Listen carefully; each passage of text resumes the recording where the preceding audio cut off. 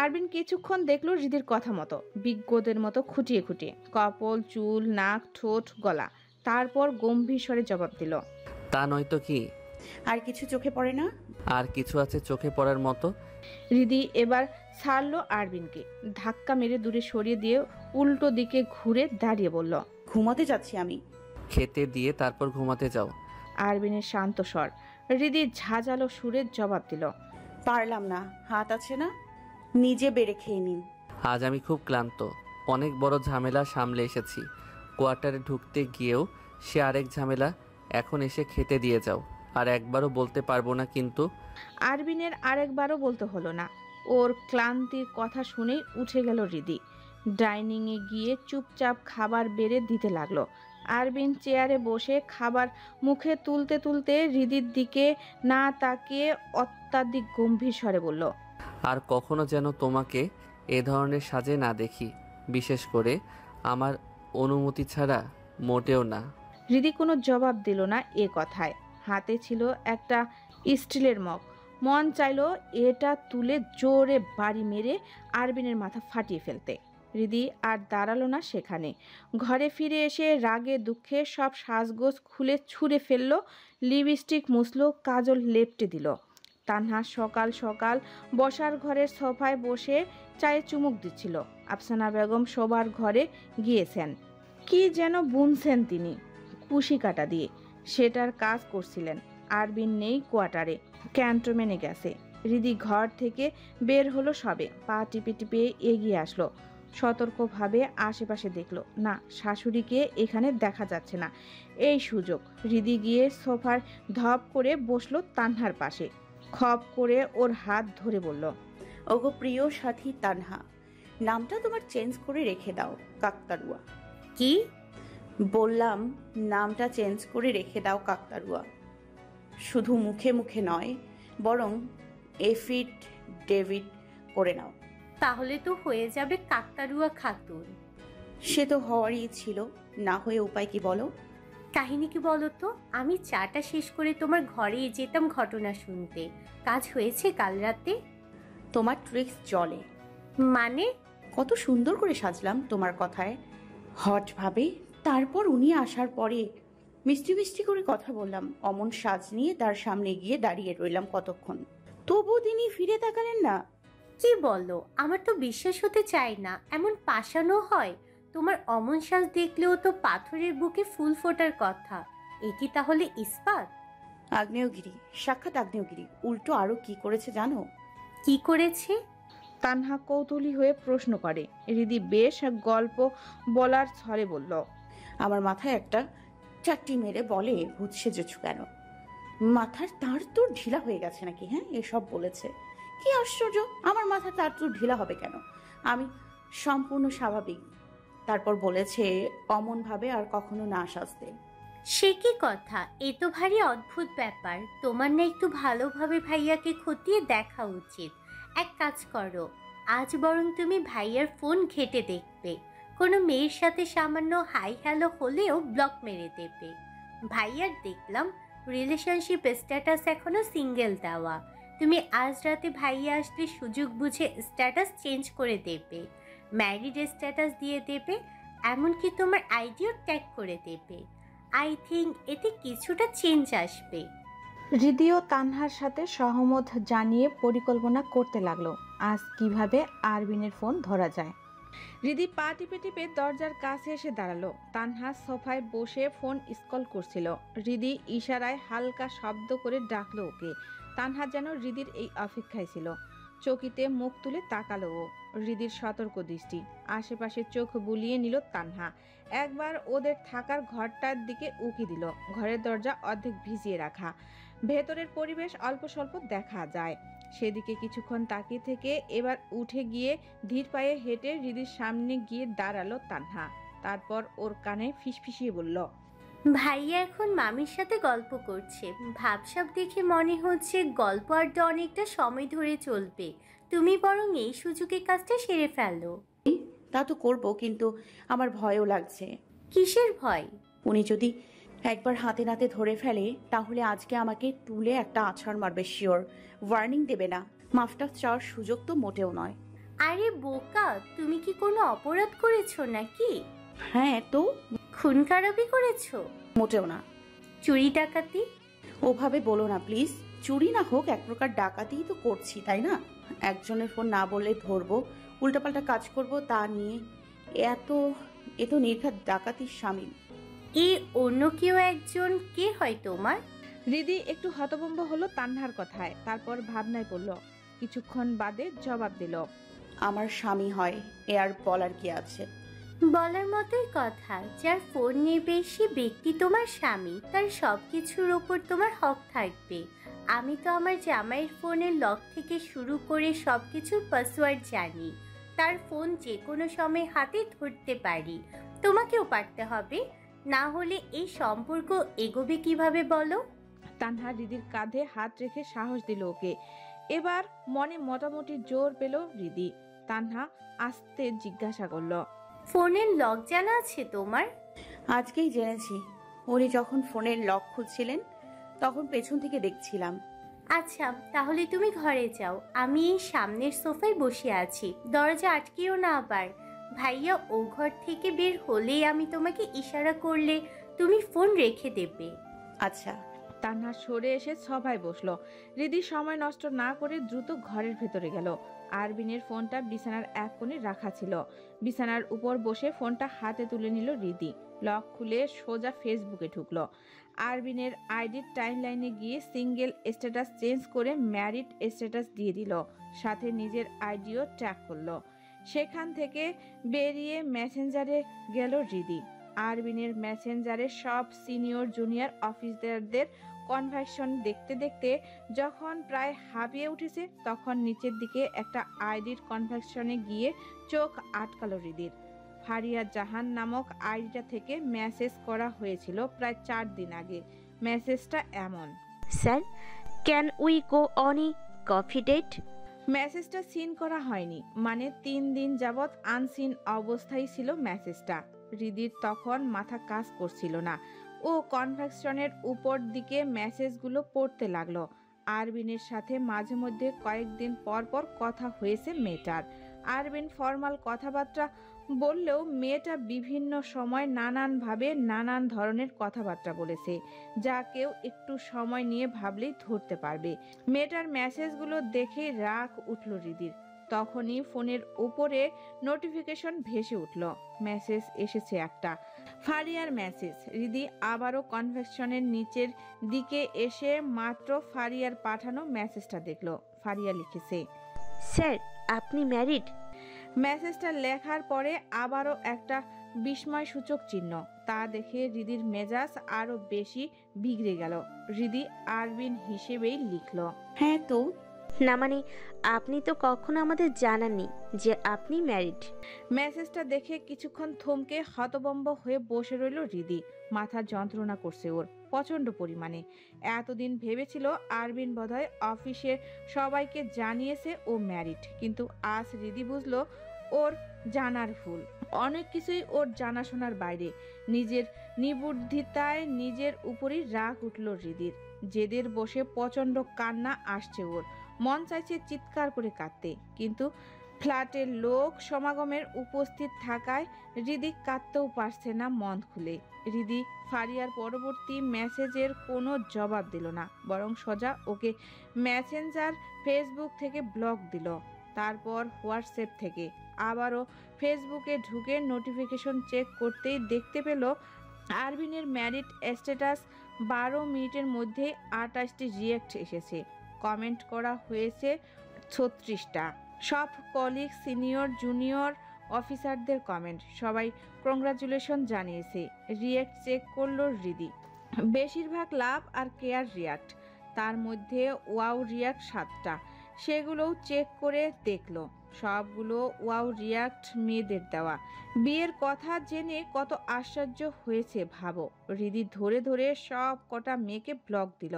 মেয়েগুলো আরবিনের ফ্রেন্ড লিস্টের নয়, সম্ভবত ফলো করতো, না হলে আইডি স্টক করতো সব সময়। সব কাজ শেষ করে আরবিনের ফোনটা আগে যেখানে ছিল এবার সেখানেই ছুঁড়ে ফেলল হৃদি। তারপর একটা বালিশ টেনে পিঠের নিচে রেখে তাতে হেলান দিয়ে হাঁটুতে মাথা রেখে মুখ চেপে ধরে বসে রইল। মায়ের সাথে গল্প শেষ করে মাত্র সে ঘর থেকে বের হয়েছে আরবিন। ড্রয়িং রুমের দেওয়াল ঘড়িতে একবার সময় দেখে নিল।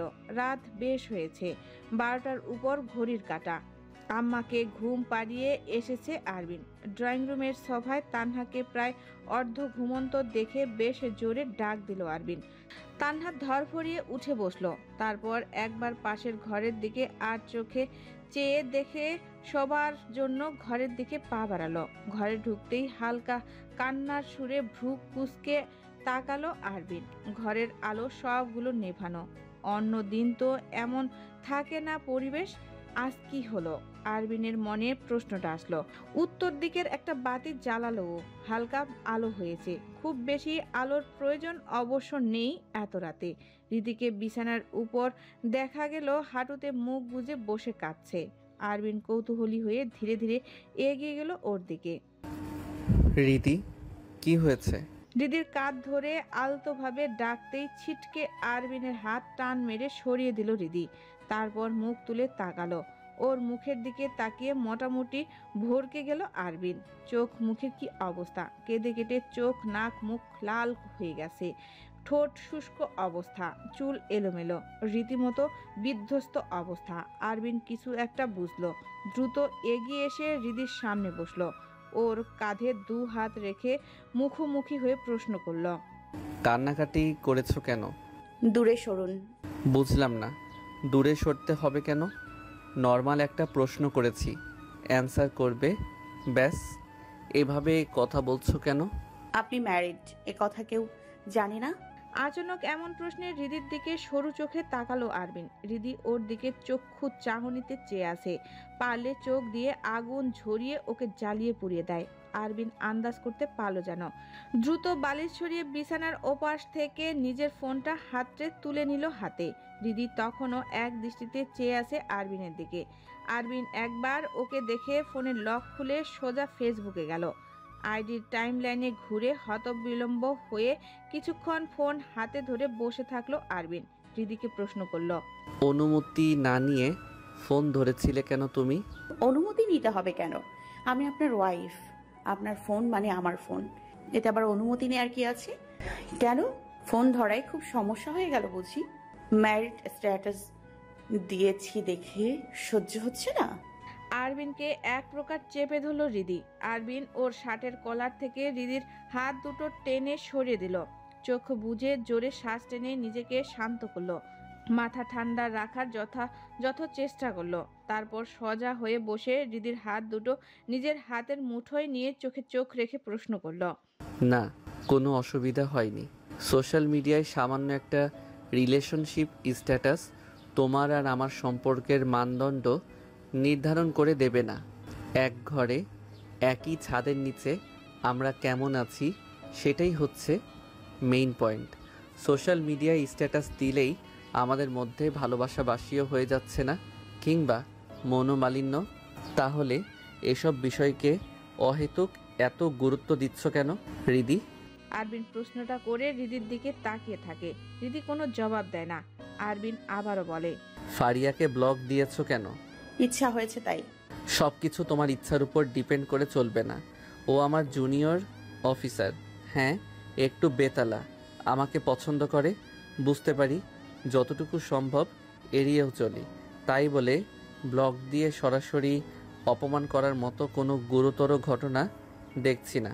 প্রফেশনাল লাইফে আমার একটা ইমেজ আছে, সবাই সেখানে আমাকে সম্মান করে চলে।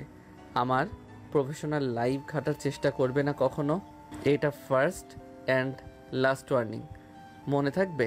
প্রথম দিকে নরম সুরে কথা বললেও শেষের কথাগুলো একটু গম্ভীর আর কঠোর গলায় বলল আরবিন। হৃদি এবার মুখ খুলল। আরবিনের শার্টের কলার আলতো হাতে চেপে ধরে বলল, আপনার আইডি পাবলিক করা কেন?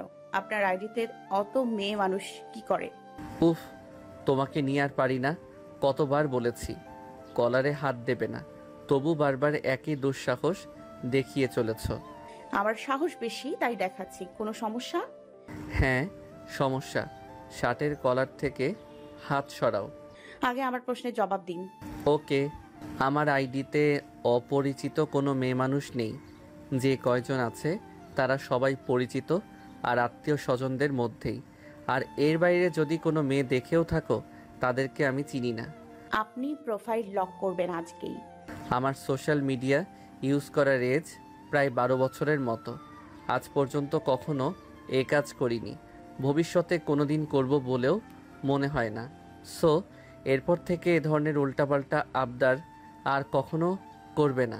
হৃদি আরবিনের কথা বুঝলো কিনা কে জানে।